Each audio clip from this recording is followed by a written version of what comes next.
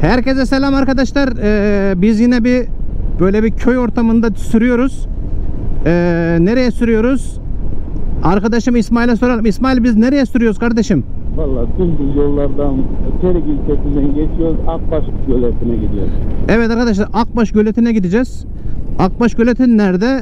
Serik ilçesinin arkasında, dağların arasında, yani dağ tepe artık öyle bir yerdeymiş.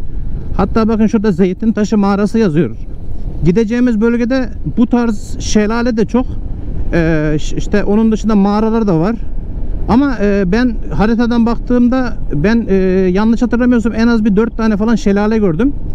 Biz Akbaş Göleti'ni ziyaret edeceğiz. Orada dinleneceğiz, oturacağız, mola vereceğiz. Oradan sonra da yaklaşık bir 10 dakika kadar daha sürüş yaptıktan sonra bu defa da yine meşhur olan bir Gelin şelalesi varmış. Orayı ziyaret edeceğiz.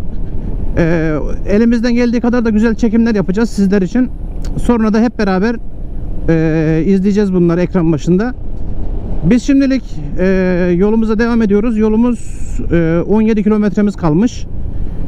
Yavaş yavaş Serik ilçesinden girdik. İşte Serik ilçesine çıktık sayılır.